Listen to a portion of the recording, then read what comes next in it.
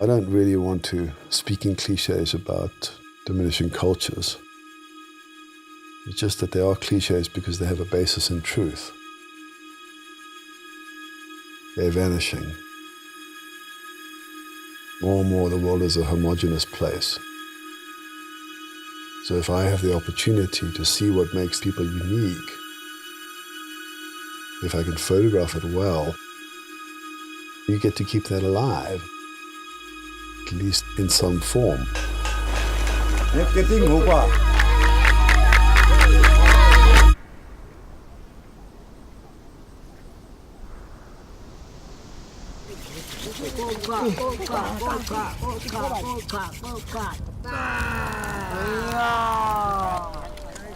Increasingly, my work is really about shining a light on people who are not in the news.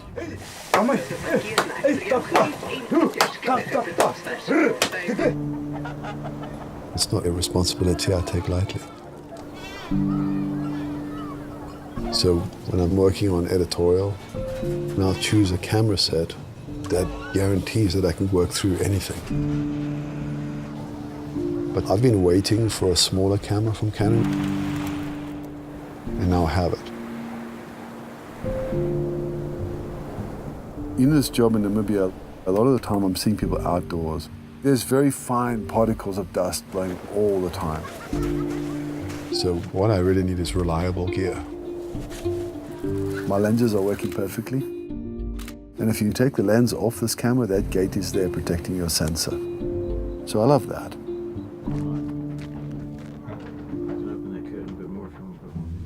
My style's simple, really. I mean, if there's great light, I try and work with that great light. But if there's not great light, I'm able to hand-hold these lenses without any real issues. So I can just concentrate on the composition. I'm not worried, will the camera handle this, will the ISO handle this? Every time that I focused on something, it's hit it immediately. I think this is offering me some of the best low-light performance that I've seen from a Canon camera.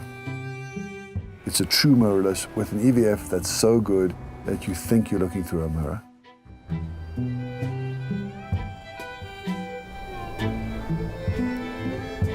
They've tried to make your life easier as a photographer.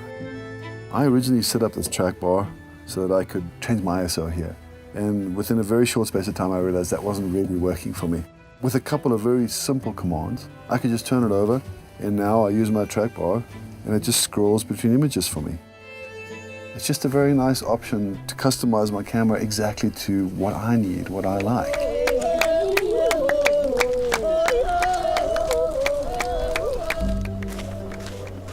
The best cameras are the ones where you get to just be completely spontaneous and you're not thinking about the camera. There's no technical aspect to it that's holding you back from making the image that you want to make. There's one picture that I took on this shoot that sort of happened and evolved of itself. I had a formal setup of a Himba woman that I lit, and I liked what I got from it, but when I looked back and realized she was still standing there, she had this elegance all of her own. All I had to do was pick up the camera and make that frame. And the autofocus is flawless. In a profession that's based on integrity, it's that kind of serendipity that I'm hoping for. And you know, if you are the kind of photographer who really wants to be a fly on the wall, it's a totally silent shutter if you want it to be. A lot of the time when they talk to you about silent shutter, it's a whisper shutter, but this one is completely silent. The fact that the silent shutter and autofocus has just gone forward in leaps and bounds, that's huge for me for sure.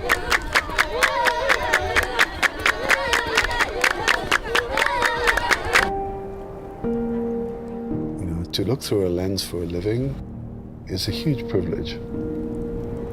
This particular camera offers me more options than ever before. It enables me to forget about the tools and just get on with telling the story.